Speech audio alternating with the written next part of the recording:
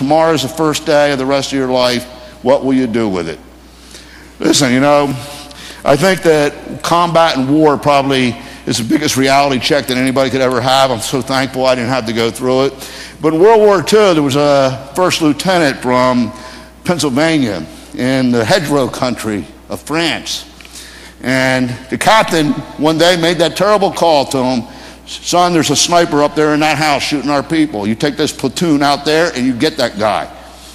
Well, as a good military guy, he didn't question it, got his platoon together, and they crawled out and snuck up on the house and made it without getting shot. Once they got in the house, they broke the door down. They ran in with their guns loaded, ready to kill. No sniper, he'd gone. But they'd been tricked. As they heard the whistling of an anti-artillery shell coming towards the house, blowing through the house, shrapnel, dust, sparks. The young lieutenant was thrown into a closet.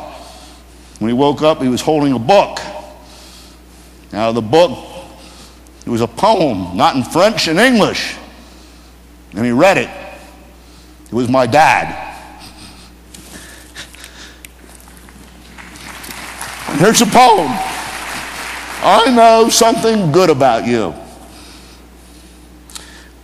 Wouldn't this old world be better if the folks we met would say, I know something good about you, and then treat us just that way?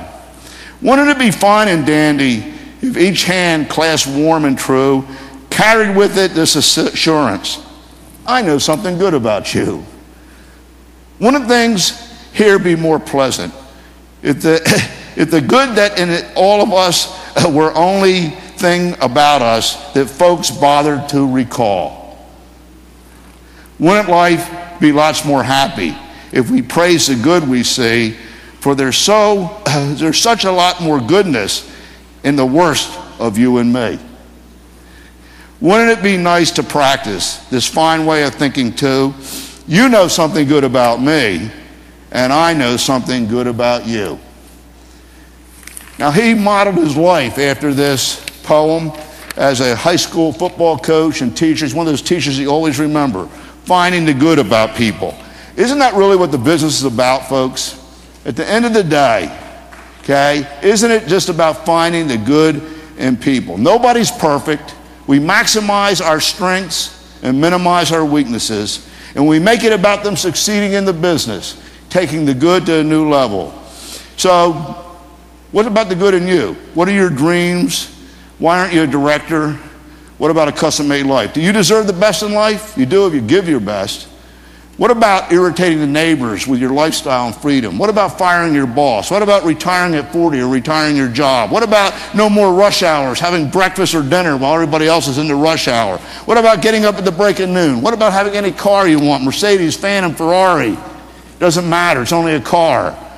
Work at home in your underwear, shop anytime, have them bring it to you rather than go to the store. Shut up the rollers, shove a check in their face. Retire at 40, retire your job. Birthdays, why have them? You're just getting older. Have one every month. Travel anywhere, spontaneous, skiing weekends. I mean, realize that you can live in more than one place. Vacation homes, mountains, by the water, 4 vacations a year, skiing, islands, Europe. Live on the golf course. Discover boats and yachting. Give your kids the best education. Recognized in the community for charities or your church. Be a hero. How many artists never get to be an artist like Dennis? That's what directors do. Create your own paradise. Bigger, better, faster, easier. People ask me, JR, when are you going to retire? Now, I know I probably went too long because they said that this was shorter than it was. But I think you'd like to hear this. When are you going to retire? Why don't you sell? These equity guys say. Well, the answer is I'm having too much fun. And they say, well, you're a workaholic. I say, you got it all wrong, buddy. I'm a playaholic. Because when we're working, we're playing. It ain't work at all. I can't even tell the difference. We're having a great time. So I'm a playaholic, and you think it's a workaholic. Too bad for you. I got a letter 10 years ago. I want to tell you about this. 10 years ago, Dennis, this happened. I read it at a convention. Do you remember this? 10 years ago. Value Finder Group Incorporated. Dear Mr. Reidinger, I tried to contact you by telephone, but you were unavailable, and due to the sensitive nature of my call, this is dated, by the way, February 8, 2000. I decided not to leave a message. The purpose of my call concerns the possibility of one of my clients purchasing your company. My client is a $2.5 billion diversified holding company that's seeking to expand its organization into wholesaler and general merchandise and market America because of its diversity in market areas, sales size, and reputation could be an excellent prospect. This highly reputable corporation is seeking to pay a fair and equitable price. Cash and secured notes are available, so purchase can be structured to minimize your tax consequences and maximize your financial return. However, my client would prefer a cash transaction. Furthermore, my client would like, but it's not necessary, for your management team to remain on. Good, Mark, you still have a job. An incentive basis and very lucrative profit-sharing arrangements for key personnel who would like to remain. I have no idea at this point whether you'd be willing to consider selling or not. However, since this is an unusual find, acquiring a corporation with such a compatible and accommodating buyer as this, it may be an excellent time for you to consider this. So at any rate, I said, I'm going to call this dude. So I called him, and I said, how much do you think my company is worth? 10 years ago. Here was we had a discussion, and he wrote me an email. Thank you for the time on the phone. It was an interesting discussion. I received the information and documentation on Market America, and although this is not an official offer without evaluation, a formal offering letter, I would say that the company would be valued at least $180 million above the cash in the company of $40 million. Upon executing a non-disclosure and confidentiality agreement, I will disclose the principles and their financial documentation, although you seem to know the type of firm from our discussions. Based on that, would you be interested in continuing the discussion and negotiations? The next step would be to do due diligence and arrange for an independent valuation. Here's my answer. Dear Mr. Levin, thank you for your time on the telephone last week. For a guy who came from nothing, it is very flattering to be offered $170 to $190 million for something I started with only hopes and dreams and a handful of believers. I appreciate your flattering comments about the profitability growth management concept and products.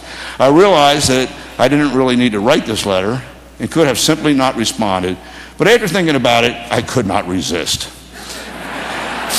First, selling this company for $170 million would be like selling Microsoft or General Motors in their infancy. Your instincts are correct. We are going to be the leader in one-to-one marketing and a multi-billion-dollar global Fortune 50 company. I'd be a fool to sell. You're right. We are just getting started. More importantly, this company was built on the hopes and dreams of thousands of people. Market America unfranchised owners.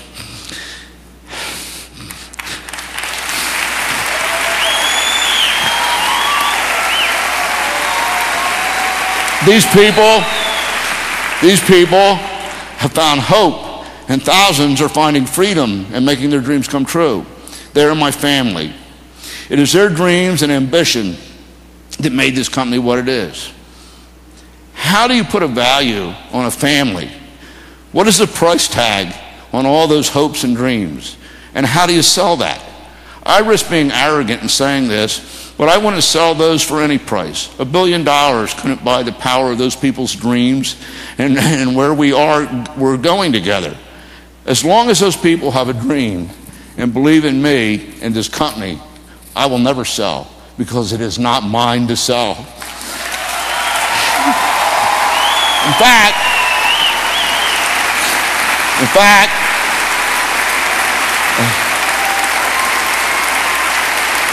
In fact,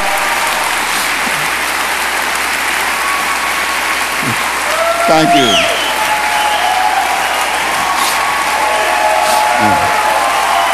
In fact, I appreciate that. Best is yet to come yet, though. If I did, I would be cheating you. Because without their belief, their hopes, their dreams, this company would be nothing. You would be buying an empty shell. The people are this company, and we are getting America moving again. I have been blessed with success. But how much money does one need? I have plenty, and it isn't about money. Many people have wealth, but they don't have what I have, a purpose and thousands of people's belief and trust. That's worth more than any amount of money. And if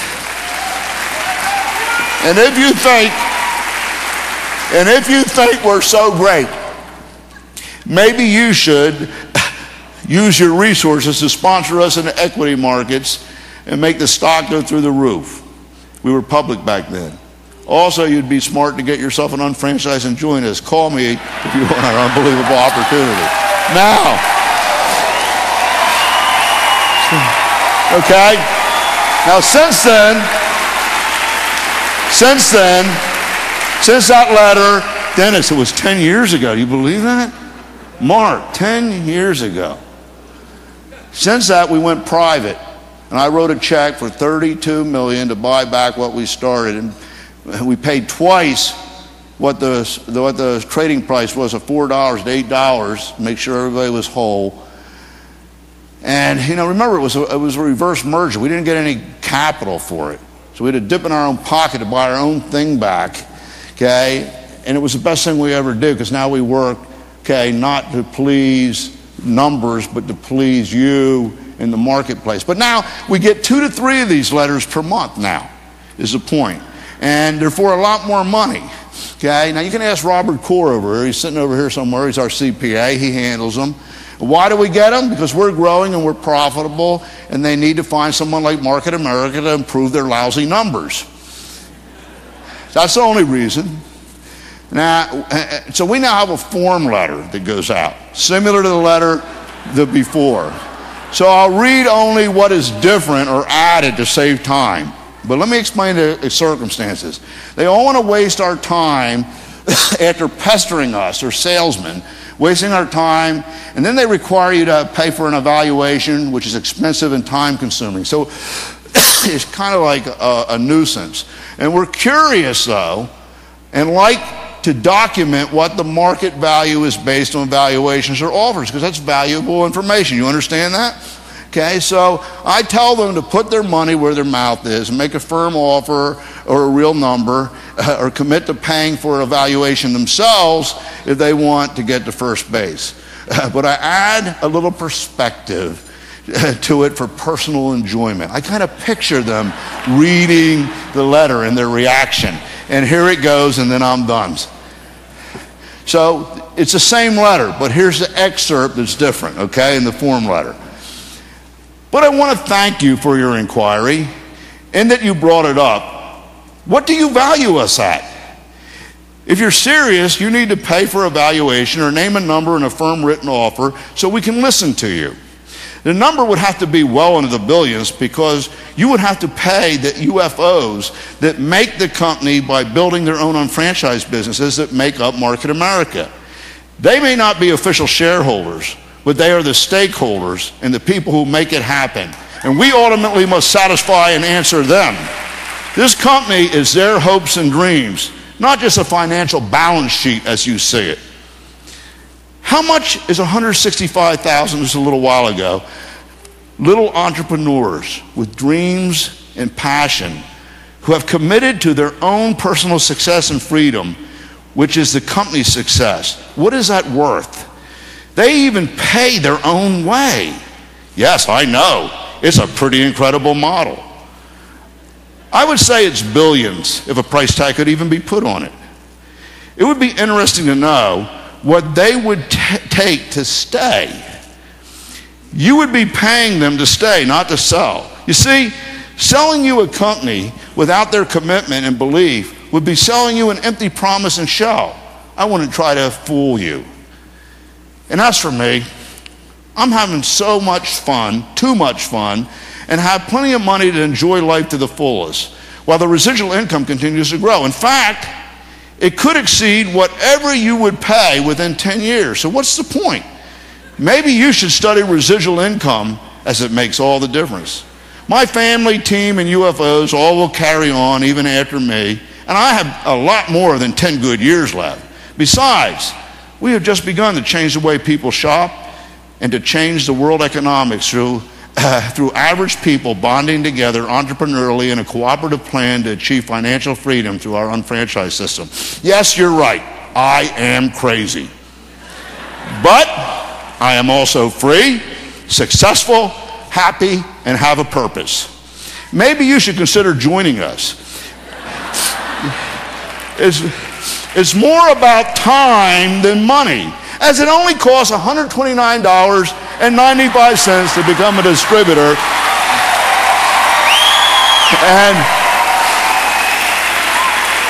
And then, I must tell you, you have to invest a little time to become a UFO.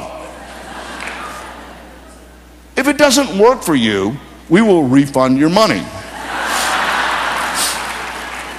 So that all is at risk is your time. But if it does work for you, the pot of gold at the end of the rainbow is that residual income. Show me a deal better than that. However, if it would make you feel better, you can pay successful unfranchised owners the real value of an unfranchised, which is several $100,000.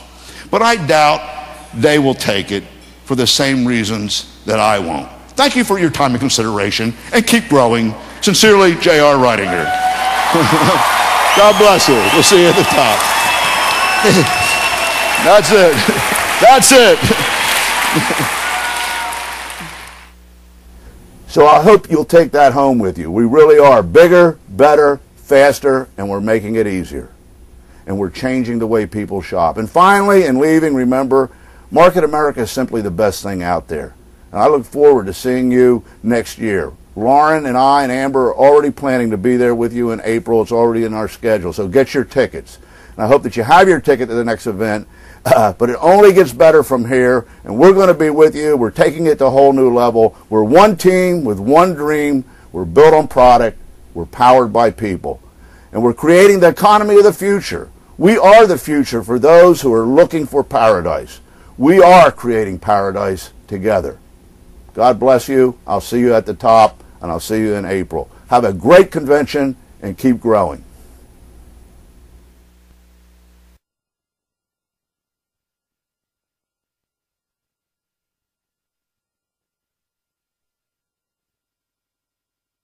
Merger in the online retail sector this week with the acquisition of Shop.com by Market America. Terms of the deal were not disclosed, but Market America CEO James Ridinger promises it will revolutionize the shopping experience on his site. He joins us now live from Miami. JR, we appreciate it. Do you want to disclose the terms of the deal to us right now on live television? Well, unfortunately, I'm prohibited to do that by the agreement, but it's the synergy of the deal that'll determine the numbers, and I think they're going to be phenomenal. Let's talk about what it's going to do for Market America, because they have a lot of traffic on Shop.com, about 5 times the eyes that see Market America.